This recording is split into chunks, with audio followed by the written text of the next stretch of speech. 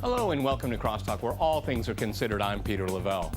On the back of one fiasco after another in the Middle East, the U.S. says now it is willing to engage Iran. After decades of prosecuting a covert and proxy war against Iran, can Washington change its behavior? Many in Washington have dismissed Obama's olive branch out of hand. Many in Iran are just as mistrustful.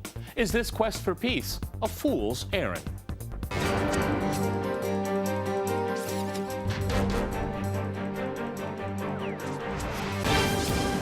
To Crosstalk Olive Branches, I'm joined by Mehdi Halaji in Washington. He's a senior fellow at the Washington Institute. Also in Washington, we have Michael Hughes. He is a freelance journalist and foreign policy analyst. And in Tehran, we cross to Fouad Izzadi. He's a political science professor at the University of Tehran. All right, gentlemen, Crosstalk rules in effect. That means you can jump in anytime you want, and I very much encourage it. Fouad, let's go to you first in Tehran. Do you believe a word that Barack Obama has to say, given the last 30 years of bad relations between the two countries? And I'm talking about covert, overt operations up to this day. Well, you know, the last 30 years cannot be blamed on Obama. I think he's responsible for his own presidency. And he has been relatively a better president when it comes to Iran, when you compare him to others. We have had occasions where the U.S. Congress wanted to pass a new sanction against Iran, and he has opposed those type of sanctions. And in his speech at the UN, I think he had a couple of good points. That was the first time we have heard that from a US president.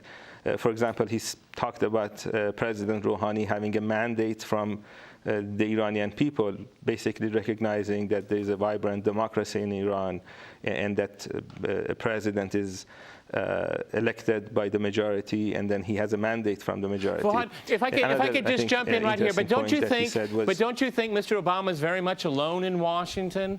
Because the Congress is not going to go along with him. I mean, he has a long, long way to go, and we'll talk about forces in Tehran. But, I mean, that's what I'm getting at. Obama's words are just words because the political establishment isn't with him, at least at this point. Go ahead. You know, we could recognize three different groups in Washington when President Rouhani visited New York last week. One group basically read the talking points from Tel Aviv, repeated what Netanyahu said about the trip. A second group sees Rouhani as an opportunity to get things from Iran that they couldn't get from Ahmadinejad, the previous president. And then a third group is actually a group that has recognized that Iran has the right to enrich uranium inside the country, and they want to reset Iran, U.S. policy toward Iran. The only problem we have is that the third group, the good guys relatively, are the minority, and the first and second group are the majority within the U.S. foreign policy establishment. And that's the problem that we have. And I think what Dr. Rouhani needs to do is actually work harder to make the third group the majority by policies that he sets, things that he says.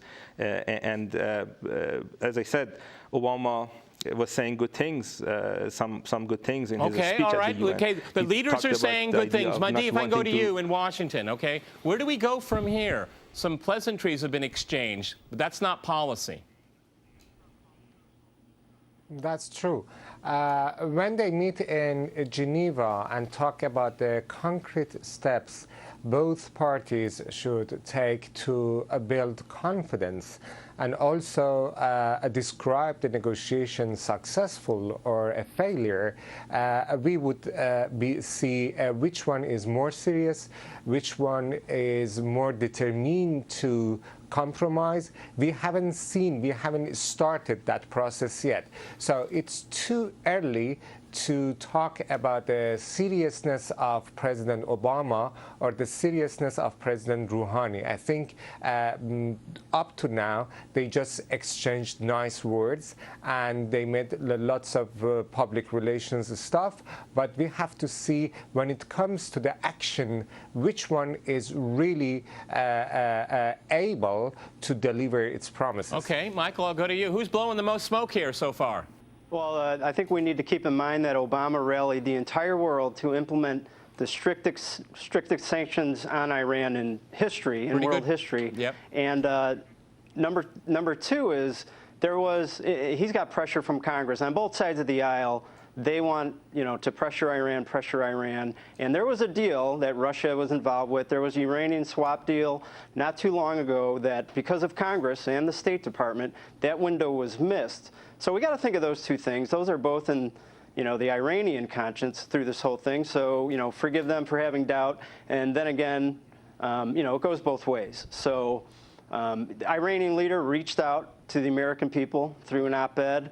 And Obama responded in kind, and then there was kind of the awkwardness when they didn't meet and shake hands and have the photo opportunity. But I always say Obama doesn't have to get reelected, and the Iranian leader does. So come on, give me a break. If the shoe was on the other, foot, Obama would be reluctant probably to do a photo op while he was running against Romney. So that's where we're at. It's tough. It's going to be tough for both sides. There's decades of mistrust there, but I'm hopeful. I think it's better to reach out and it's better to negotiate than not to. Yeah, but don't you? Let me go back to Fawad and Saran. I mean, it's better to talk when you can make a deal. Okay. Can both sides make a deal? Because we know the problems that Obama has, and with AIPAC, and we have the Israeli lobby and Congress. They're already saying they're very skeptical, extremely skeptical, and that they even have more sanctions to pass. But the State Department's asking, just wait a little bit longer. Let them talk a little bit first. I mean, I'm very pessimistic here. After 30 years, it's hard to break habits. Let's go to Tehran. Yes, on Iranian side, I think the government is very much ready for some sort of rapprochement. We had Iran's leader, Ayatollah Khamenei, making a speech a week before Rouhani's trip and talking about flexibility and being able to reach a compromise. The problem, as you said, is actually the Israeli lobby in Washington that does not want to see a reset of U.S. policy toward Iran, and they're quite powerful. Whenever we have sanction bills in the U.S. Congress, they generally get passed in Senate 100-0 or 99-1, and to change that vote to where new sanctions bills are not passed, it's going to be quite difficult. I think you're right. Okay, Mehdi, if I go back to you in Washington, so what's different this time? The only difference is that there's a new president in Tehran? Is that the only difference? Because if it's about the nuclear program, the two countries had very bad relations for 30 years, way before that nuclear issue was on the table. Go ahead. Exactly. Let me tell you something before answering this question. Some people exaggerate about the power of Israeli lobby in Washington, and I think Israeli lobby would be flattered by these exaggerations, and they don't have any problem with it. But it's misleading for analyzing the situation. The problem with Iran, with Islamic Republic, and with its nuclear programs is not only an Israeli problem. It did not start yesterday. Iranians blame United States for its role in 1953 coup against Prime Minister Mossadegh. And Americans blame Iran for seizing its embassy in Tehran in 1979. The hostility between two governments is deep-rooted, and it goes beyond Israel. Of course, Israel cannot accept nuclear Iran, but we shouldn't forget that the extent to which Saudi Arabia, Turkey, and Persian Gulf countries are worried about Iran's ambitions is not less than Israel. Many Arab countries in the region believe that Israel is a strong country and it's a U.S. ally, and Iran would not harm Israel if it gets nuclear capability. But nuclear capability of Iran would change the power equation that would give lots of room of influence for Iran over Arab countries, especially small countries like Qatar, Bahrain, United Arab Emirates, and so on. So the nuclear program is not an Israeli problem. Well, I'm sorry, but I mean, Mr. Netanyahu had control of the American airwaves for almost 3 or 4 days after his speech. So I think, you know, it is a pretty big red line for the Israelis there. Michael, if I can go to you, really what it's all been about. No, let me go to Michael here. Let me go to Michael here. Say that it's not. Well, it is important, but it's a bigger picture, and I want to ask the bigger picture from Michael here. And it's always been about regime change. And the nuclear program has been one element to get there. Yeah, and it is regime change. And after Iraq, the reality is Obama or the next president, are they really going to strike Iran? I mean, all the experts say it's even CIA, they say it's the most ridiculous concept in the world. It's not going to stop the program. It'll be destructive. It'll unleash chaos in the whole region. But you have this, small subset in the U.S., even a minority of Jews that even are. It's a minority of the Jewish community here and the Israeli community here that wants to strike, that wants regime change. Which, based on recent history, I think that's crazy. And the question is, are the Iranian leaders going to how long are they going to let their people starve? And is the U.S. ever going to strike? And, I mean, if you had a bunch of foreign policy experts in the room, I think they would say, at some point, Iran is probably going to get a nuclear weapon. And, deterrence may be the question. It's like, how are we really going to stop them at the end of the day? And it's up to the Iranians. How long do they want to suffer? The Iranian leaders, are they willing to compromise? Do we really need another country with nuclear weapons? Because it will start a nuclear weapons race. The Saudis aren't going to sit around and say, okay, let's All right, gentlemen, let me jump in here weapon. on a very important point. Let me jump in here. We're going to go to a short break, and after that short break, we'll continue our discussion on U.S.-Iranian relations. Dave, talk to you.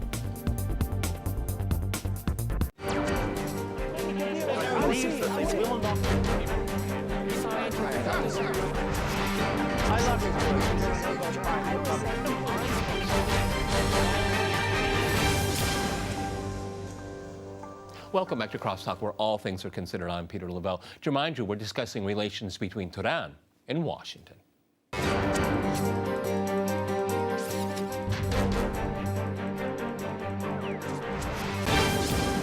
Fuad, I'd like to go back to you in Tehran first. It seems to me, I'm looking at the bigger picture of 30 years here, and the one theme is that it seems evident from the American side and from Western capitals, is that Tehran simply has to surrender everything, and then we can have a deal. That's what it sounds like, in the essence. And I wanted to say something about the nuclear issue, and a statement that President Obama read at the UN had this sentence that Iran is pursuing a nuclear weapons program. And that's a contradiction. There's a contradiction between what he said and what James Clapper said a few months earlier. James Clapper, as you know, is the Director of National Intelligence. He is the leader of all U.S. intelligence communities. And he had a testimony at the U.S. Senate on March 13, 2013. And in that testimony, he talks about Iran's nuclear program. And then he says that we do not know. This is a quote. We do not know that Iranian leaders have decided to have a nuclear weapons program, which means that not only Iranians don't have a bomb right now, not only they don't have a program to make a bomb, they have not even decided to have a program to make a bomb. And you put that statement, James Clapper's statement, next to Obama's statement, and you see that Obama is going too far. We don't have a bomb, we don't have a nuclear program, and talking about Iran's pursuit of nuclear program is repeating what Netanyahu says, which goes back to the point that Israelis have a lot of influence in U.S. foreign policy in the Middle East. Another thing that Obama said in his speech was, he said that we are not after regime change. But the only problem with that statement is that the U.S. government, since 2006, has been spending about $100 million every year on what they call democracy promotion in Iran. And this is just the State Department funding and open source funding. We don't know what CIA is doing, how much they are spending. So we have all these contradictions, and I think, Peter, you're right that you have to be a little bit worried that on one hand, they are accusing Iran of things that it's not doing. They're spending money on changing its government. And on the other hand, they're saying that we want to improve relations. You have to worry about that. Mehdi, if I go to you in Washington, I mean, if we can look at the surrounding area, you know, we have Iraq.